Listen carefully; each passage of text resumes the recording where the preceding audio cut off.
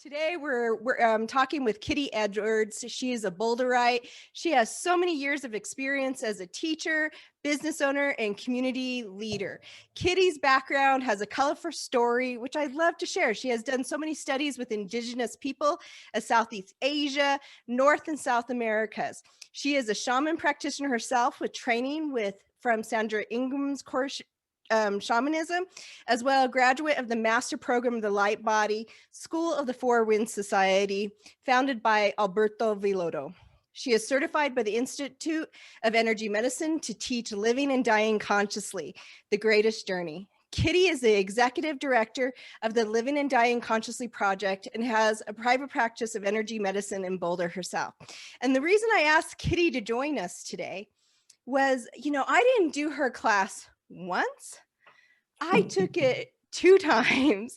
I literally took it 2 times. And I wanted to give people a different perspective, a different way of looking at things to see, this subject always tends to kind of mute people and kind of shut them down a little bit. But your work that you're doing out there, it really expands that awareness. And this is why I asked you here today. So thank you, Kitty, for joining us. Oh, I'm thrilled to be here. It's wonderful to see you, Trina. Yeah, absolutely. So I wanted to share a little bit about what your classes did for me, because like I said, I took it twice. The first time I took it in the beginning of my hospice journey, and it was so foundational for the work that I did as a nurse. I took it about 11 years ago, and then I took it again about 2 years ago. And I got a different perspective each time that I took it. Each time it gave me a different layer with the living and dying process and how we can bring in support and love and all those other sprinkling things for families and caregivers to help move that movement. And so that's, it was foundational especially with learning about what happens to the dying process with terminal agitation. It changed the way I approached my nursing. So I just wanted to let you know that, for 11 years, that was a foundational piece that I carried with me as a hospice nurse. Wow, that's really great, Trina. And I love that when you come back, you see different layers, because we do have people that come to our classes that are at different levels of training, and yet they can dive deep if they're ready to do that. But they can also just do very simple introductory practices to learn techniques of energy medicine. Yeah, absolutely. So tell me a little bit about Living and Dying Consciously. Tell me a little bit about this program. Oh, okay. So the Living and Dying Consciously Project is an organization that is in 3 different countries, and we have many teachers that work with us. Our goal is to help people confront death and to let go of their fears.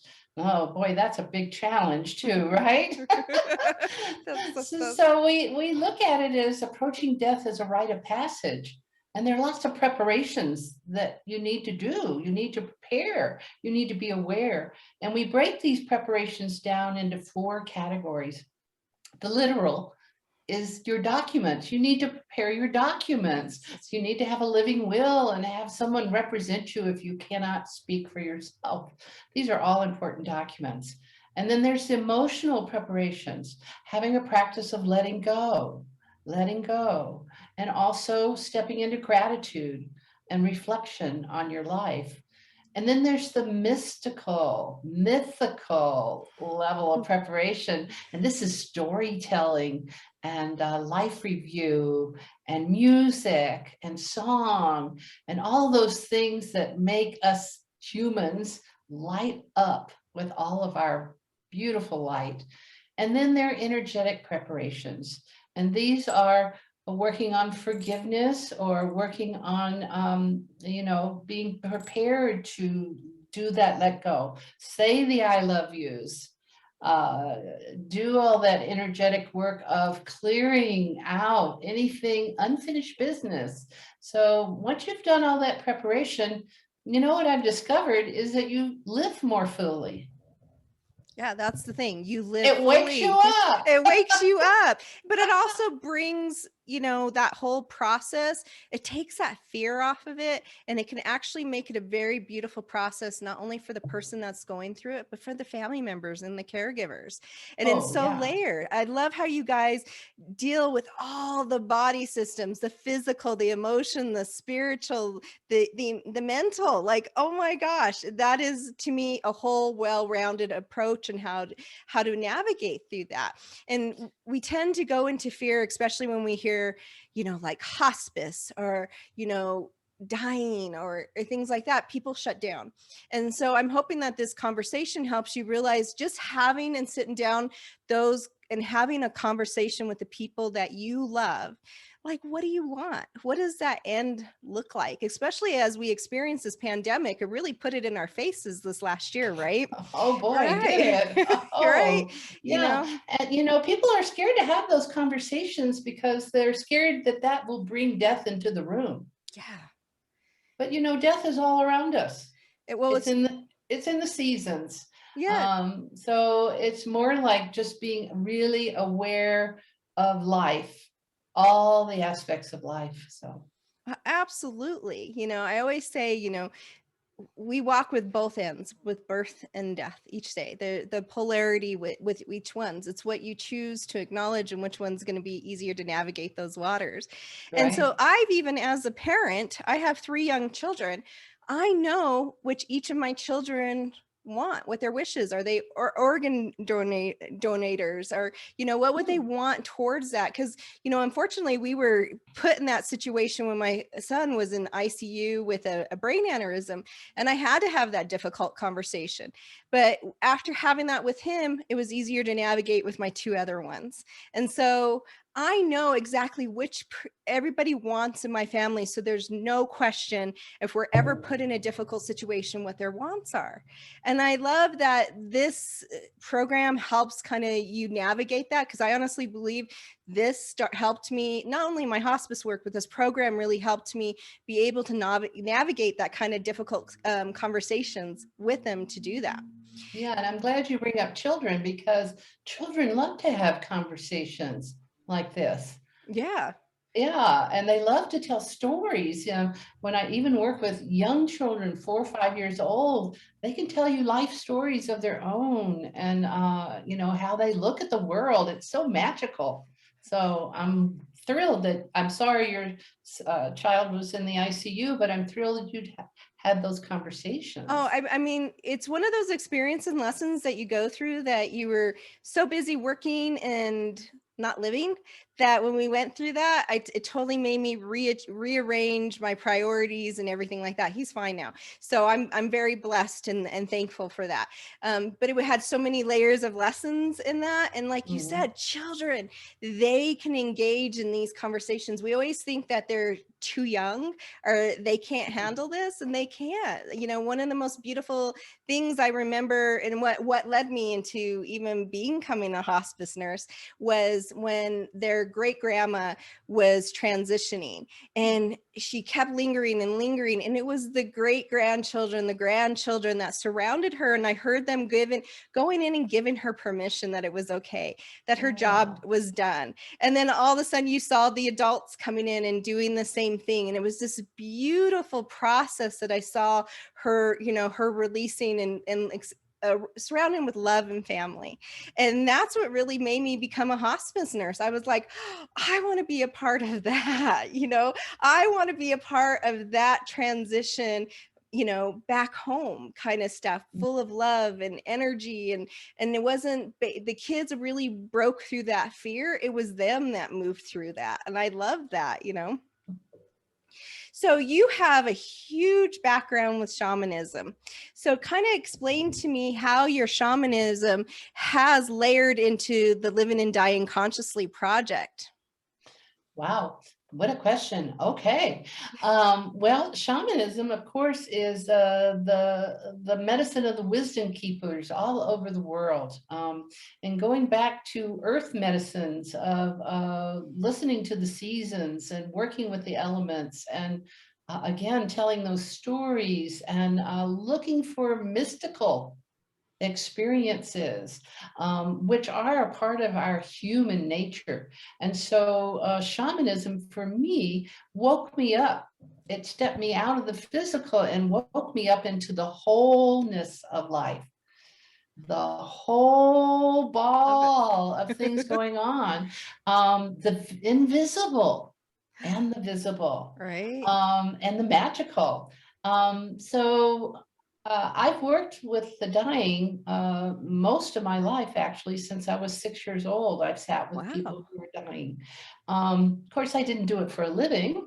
I didn't do it as a job. It just happened to fall in my lap over and over and over and over That's again. intense for 6, that's amazing. Yeah. Yeah, tell me how that kinda unfolded for you. Well, the first, when I look back on it now, my neighbor, Mrs. Brown, lived across the street, and she would babysit me when my mom had to go away. And she was teaching me how to knit. And so I would climb up into her rocking chair and she'd put her arms around me and we'd knit together, you know. And then she needed to be in bed. And so I'd climb up on the bed and I would sit between her legs and she would put her arms around me. We knit together. And then there was a time where she couldn't sit up very well. So I would come in close and then I would knit in front of her and she would correct me. Now, all this time she was dying. I didn't know Oh, that. Nobody took the time to explain it to yeah. me. And then she was gone. Oh, but So, that But that was yeah, beautiful because you weren't afraid of her changing. Does that make sense? You still accepted that. And that's what I love about children is that they don't have this ingrown fear. We kind of place that fear on them. And I right. love that you just were like, oh, okay, this is how we're doing it today. you know? Yeah. So when people ask me, what do you know, what's your earliest memory of death? I say knitting. Oh, do you still knit? So not much anymore. I could, I guess, but I haven't knitted in a long time. Time. So most of my working life was as a teacher. So getting back to your question with shamanism, when I stepped into shamanic training, it came from an experience when I was sitting with my father who was dying, um, where he was seeing visitors or invisible people, ancestors, coming to visit him. Mm, that happens quite frequently. Of course. When we see that transitioning at the end and they're like, "Oh, they're saying that they see, grandma or, their brother or sister that's passed or their grandparents." I'm like, "Well, they are. They're Yeah, preparing them. Their spirits are coming down to guide them forth." And I said, "How lucky is that? Like how amazing." see, Sometimes you have to, people are always thinking, "Oh, they're hallucinating." And I'm like, no, they can sense that energy layers shifting and moving. It's quite exactly. And beautiful. what was different for me at this time was that I started seeing what he was seeing. Oh, Oh, and I wow. started seeing all kinds of different things. And after he passed away, I thought, well, either I need to check myself into a psych ward or I need to go to shaman school. I think I made the right decision. Well, yeah, So, absolutely. And I'm glad you had that open support system. My family was afraid of it when I was littler because I saw things. I knew I'd have loved ones come to me and tell me they crossed before we even got the information. And it just put my family into a place of fear. So I learned to shut mine down for quite a while. And it wasn't until my early 20s that I said, oh, I need to develop this. And that's where it led from there. And always, like, the first time I heard a drumming circle, I cried because I felt like I was home. I yeah. was like, what is this? Oh my God, it's ringing true into my spirit, Right, Yeah. right. And what was curious about my training was I was about 3 years into training and I began to meet the things I saw, the energies I saw when my father was dying. It wasn't just ancestors, there were other energies. And so it took some training for me to let go of limiting beliefs and to step into the magic and open up my ability to see and hear and feel and witness. And then I began meeting all kinds of invisible energies. Yeah, it's like you have to erase everything that you've been taught almost, and Yeah, really relayer another thing. And people, that is a harder process than, people realize, is when we challenge those limiting beliefs that we grew up with. That is your shadow work, and you working in those shadow pieces. But when you do, it opens up a whole other world of possibilities. And like you said, magic, right? Yeah, magic. magic. Yeah, Yes. And I yeah. love that. I just love Uh-huh. that. So as you're moving through, because I know I did Sandra Ingerman's training too. She was one of my first ones. And then I've done other trainings as well throughout the years. But what guided you to bring the shamanic piece in with the dying process? What guided you towards that? Well, even while I was doing shamanic training, I continued to sit with people who were dying. I was the go-to person. If somebody had their mom in a nursing facility, they would call me and say, Kitty, how do I navigate this? For some reason, I had collected over my life all kinds of wisdom around death and dying. And so friends and other people heard about that. So as I'm training with shamanism, a program was developed called Dying Consciously through the Four Winds. In fact, it was the first class I took with them. I showed up to see what they were like or what they were doing, and they announced, oh, we're opening a new program called Dying Consciously. Oh, that's why I'm here. So Yeah. I went through that whole training.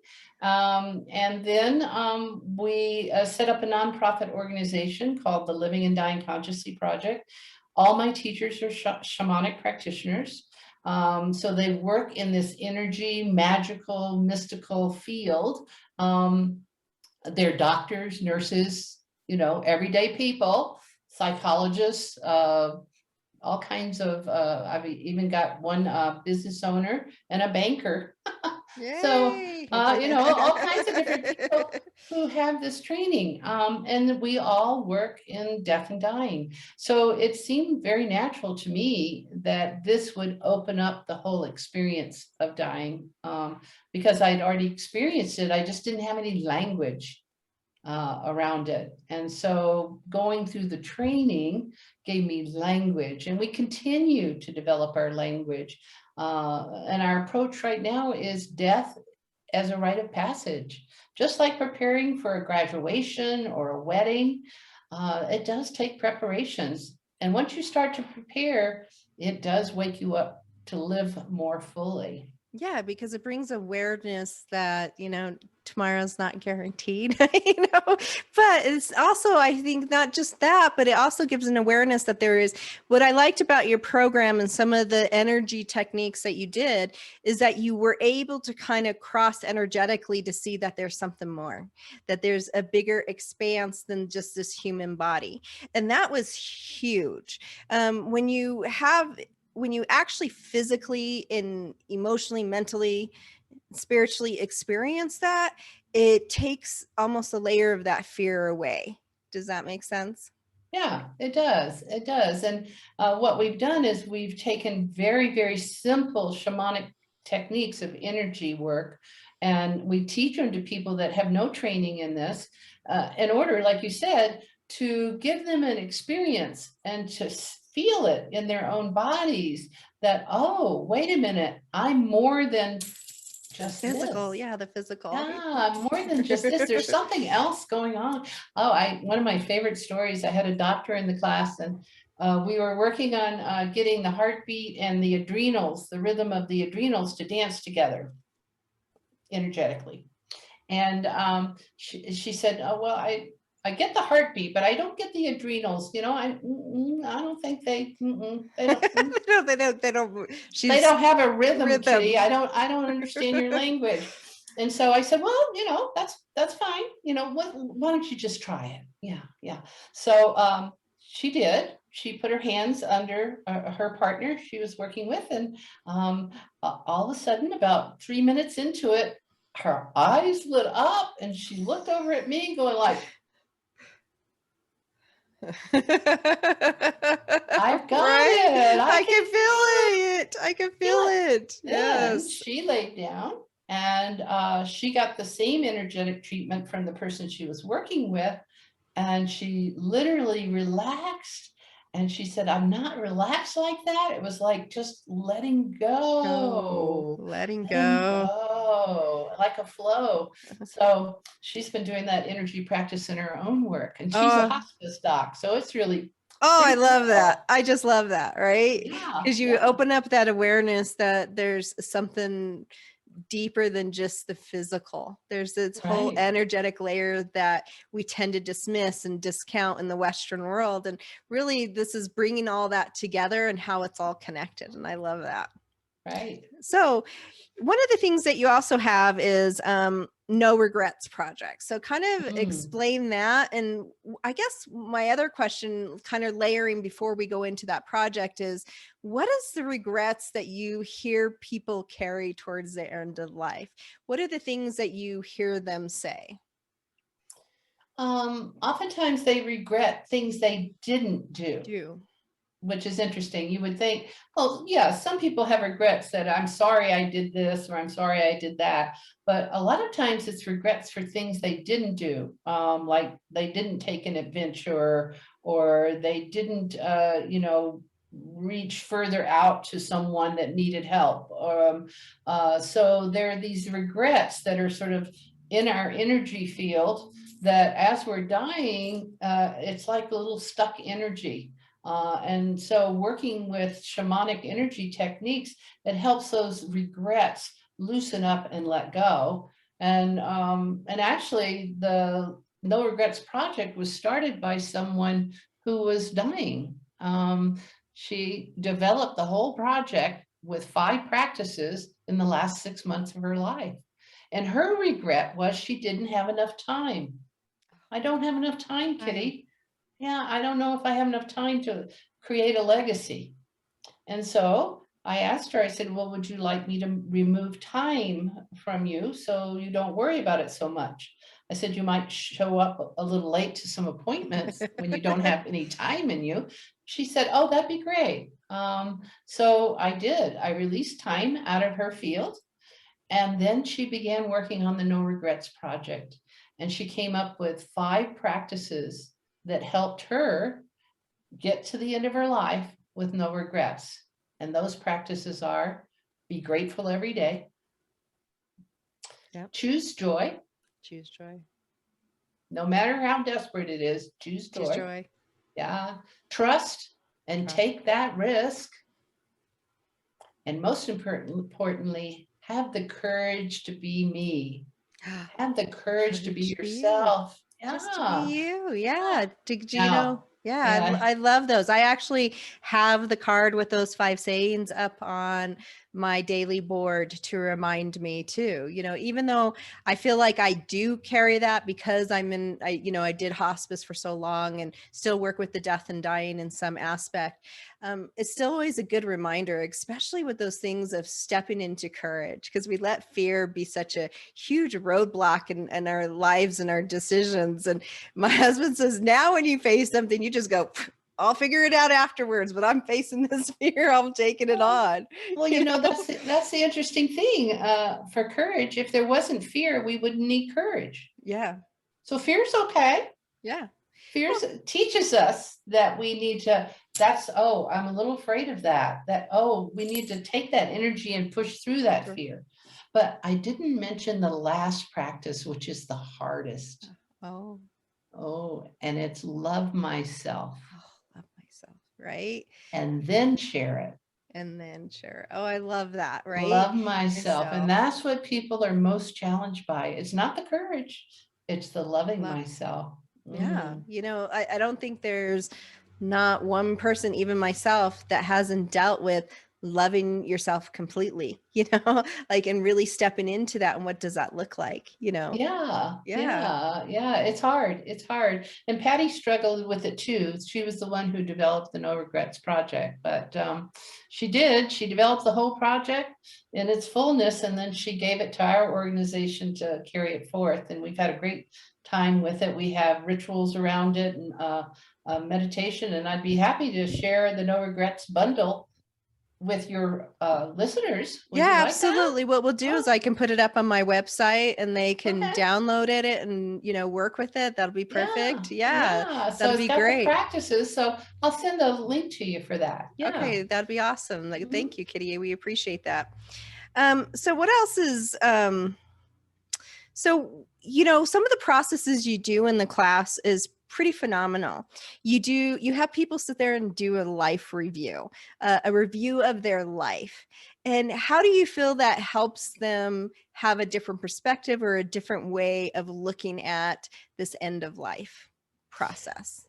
Well, a part of the life review is to look back on your life to see what made you most alive. So my favorite question is, when did you feel most alive? But Right? what comes out, which is interesting, no matter what the person's doing, I remember one person was riding a motorcycle and leaning on her motorcycle like this. Another was skiing down a mountain. No matter what you're doing, when you feel most alive, the energy is lightness, wholeness, courage, movement. Um, and so if you can even reflect on that in a life review, a story about yourself, then you got it. You know what it feels like to be most alive when you can't ride the motorcycle or you can't go skiing down the hill. You know that it's movement and lightness and courage that makes you feel alive.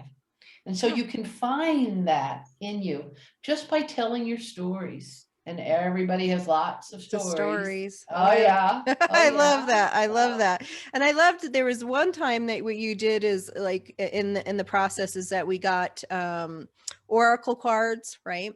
And Mhm. we had to pick, our past, present, and future, if I'm correct, if I'm remembering that It, correctly. wa- it wasn't what we did. It's called a 3-card story. Uh-huh. And you take any kind of mystical cards and you pick 3 cards and you lay them out, one on the left, one in the middle, and one on the right. And you write a story and move from this card to this card to this card. And you're not thinking about it. You're just looking at what's in the card and you're writing down and you're making up a story. Free writing, basically. But what happens in the process of this free writing, where you think you're writing about the cards, when you read the story back, it's about you, Yeah. right? Yeah, Is it that what is. happened to you? Oh yeah, it was always I have both stories and I could see the growth from my first one 11 years ago to the one that I did 2 years ago. I mean, I kept all of them all together and I was kind of like, wow, look at that. I was proud of myself. Look at this growth of self-acknowledgement and self-love that was now layered in the second time that I did the class versus the first time. So I just had to share that piece that was really neat for me to see those different pieces there. And another one that's really stood out was we had to do our eulogy, right? Like, Oh, yes, very right? challenging. Right? Our eulogy. And The students are most afraid of that one. yeah. And I remember the first time it was that fear. And then the second time it wasn't. It was really, it flowed the second time. It wasn't the struggle for me to come up with the words and what I would want to say around my life and, my family and how I've lived it. So the first time it was, and it was so funny comparing the two. They still had very similar foundational pieces that I was Mm. surprised to see, but I remember the process wasn't as intimidating the second time. Well, and during that 11 years, you'd done a lot of hospice work, hadn't you? Oh yeah, 11 years, Yeah, yeah. yeah, definitely. I did a charge nurse for a long time. And right now, with December and all this other stuff, I was guided that it was time to put my hospice cap up. It doesn't mean it's not still dear and close to my heart. I'm always going to be an advocate for hospice care and awareness and a teacher. And that's why we're kind of doing this platform too. And so, but I was guided now as more to move more into the energetic work of what I'm doing. So that's what I'm embracing. I'm moving into those pieces of what really brings me joy. So yay. Excellent. You got that courage to be Yeah, me. yeah, I love thank it. you. And so one of the other ones that you did that was profound for me, profound, I'm so was amazed you remember all this, Tina. that's what I said. Like, this is why I wanted to share about this class, because it was one of the ones, you know how sometimes you take classes and you're like, you take some bits and pieces, but you take other classes that really profoundly change your perspective and how you look at things. Your class is one of those. And so Thank that's why I you. wanted to share it with you. You guys Thank always are you. always so dear to my heart with what the work that you guys do. So anyways, the first one was, this next one was, you showed us what it feels like to remove our energetic field, our auric field from our body, and how that feels when people are going through what we call terminal agitation, or why they get anxious and worked up towards the transitioning part of the crossing over process. And then that was profound to me. That process of doing that helped me really look and start working with my energetic body in a way, with my chakras, my auric field, that are foundational in the teachings that I do now. And it was foundational when I worked with my clients in hospice, that I knew it was more than just a physical agitation that was going on. It was a safety and them feeling secure, and this layering of um, process that happened. And instead of just throwing all these different medications at it, how we approached it in a whole other level, not just with, sound, music, aromatherapy, comforting with having those conversations with family and loved ones, and all these other different pieces that we brought into that. So, Oh, that's great. yeah. Well, I think the intention of pulling your energy field, to have a shaman pull your energy field away from your physical body, this is the process that happens when you're dying. Mhm. Your energy is letting go from the physical. And so with terminal agitation, as you said, when someone gets to that stage, it's an energetic process going on. You don't need to medicate it. Mm-mm.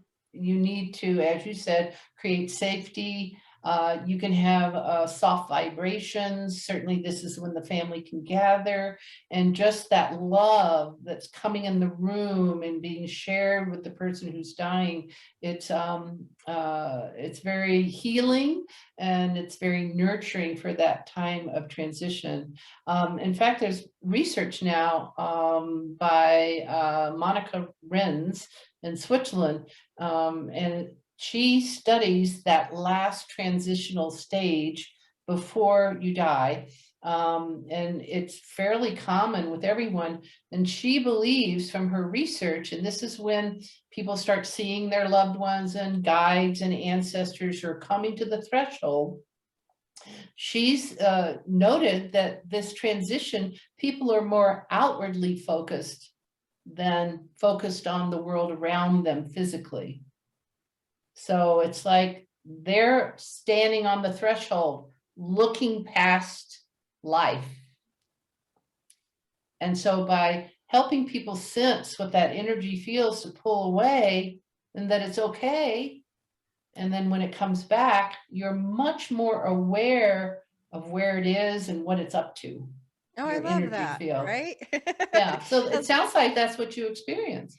Oh my gosh, it was phenomenal. I have to tell you, it was a little, the first time I did it was like, I was like, oh my God, safety, safety. The second time, since I knew what to expect and stuff, it was like, okay, I got this. But I will never forget what that felt like. I will never forget that process, and how I now layer it with the work that I do, and the teachings that I do. So thank you for that. I appreciate Well, you thank guys. you for reminding me. Wow. And you know what, Trina, we've because of this year, we've all been locked down. We've taken that class on Zoom. And what we're amazed at is that it works on Zoom. All the energy processes we are teaching on Zoom. Oh, I love that. Well, because it's not connected to a physical thing. You know, energy is boundless. There's not that physical limit. And so I think we limit ourselves thinking, well, can we teach this through, you know, Zoom or this online platform? Yes, of course. Because especially Right. when we're doing like long distance energy medicine, it's the same thing. There's no ties to physical. Well, you have to let go of that limiting belief, don't you? Yeah, yeah, we do. Yeah. And Yeah. so we as teachers had to let go of it and we stepped into it and it's just been beautiful. Just beautiful. Oh, I love that. I just love hearing that. So Mhm. you guys do a lot of what I call ritual work, which is really important. Like shamanism is really based in the ritual process. Absolutely. So why is ritual so important towards this transitioning end? Hmm. It's an interesting way to put that question. Rituals, again, they wake us up. And I'm not talking about, rituals like exercising every day. I'm talking about things where you have to set an intention. You have to be totally present for it. And then you might repeat it. You might do it over and over again. So if you have a meditation practice, you're setting an intention, you're very present for it, and you repeat it. So why rituals are important towards the end of life is that it allows us to be very present with ourselves in that one moment. We're not thinking about we got to go to the doctor in 2 days, or we're worried about getting a hold of this person or that person, or whatever worries are going on. That rituals can bring us to a moment to express what needs to be expressed at that time. And one of our favorite rituals right now that we're doing in classes is the well of grief, allowing people to notice, oh, there's grief. Grief is arising. And when they have grief, that they should, I've got one over here, we set up a vessel of water. And you see there's a lot of stones in here. Mm-hmm. So when I am working with a client, or if grief comes up in me, and I can feel it, then I note it, I honor it. Yeah, that's grief. Oh, I let it express itself. And then I honor it by blowing it into a stone. And then I drop it into the water.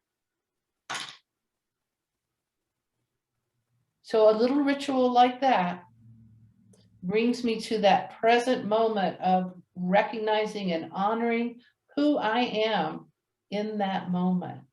Absolutely. We live such busy lives. Lives. Mm-hmm. We Noisy just lives. run past our emotions. Yeah. And then when emotions come up, we don't know what to do. We think, oh, do we need to, I shouldn't be, I shouldn't let anybody see my grief, Well, let the grief come up. Possibly the person you're with is grieving too. And have a ritual you can do just in that moment.